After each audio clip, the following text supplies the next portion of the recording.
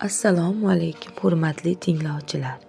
Men sizlarga She'riyat Gulshani loyihasi asosida O'zbekiston xalq shoirasi Halima Xudayberdiyevaning O'zbekning deb nomlangan she'rini o'qib eshittirmoqchiman. Marhamat, tinglab zavq oling.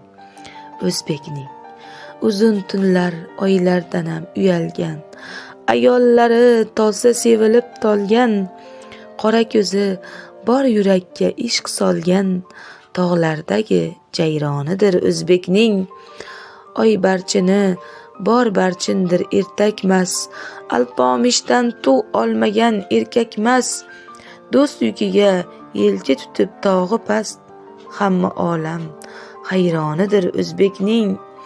Uylarida g'ichirlaydi hamon sinch, Nodirasi mozorida yotsin tinch, har bolasi to so'nggi dam yukingich, u bir Ka'ba vayronidir O'zbekning.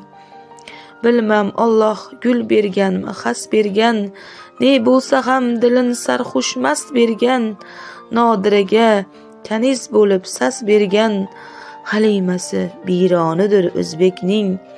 Yerda bunday go'zal yer yo'q, oy yo'q deb ko'nglim bir oydinlik yuqtirib turar, yotmoqqa bundan-da issiq joy yo'q deb onamning mozori uqtirib turar. Aziz tinglovchilar, bizdan uzoqlashmang, o'zingizni ehtiyot qiling.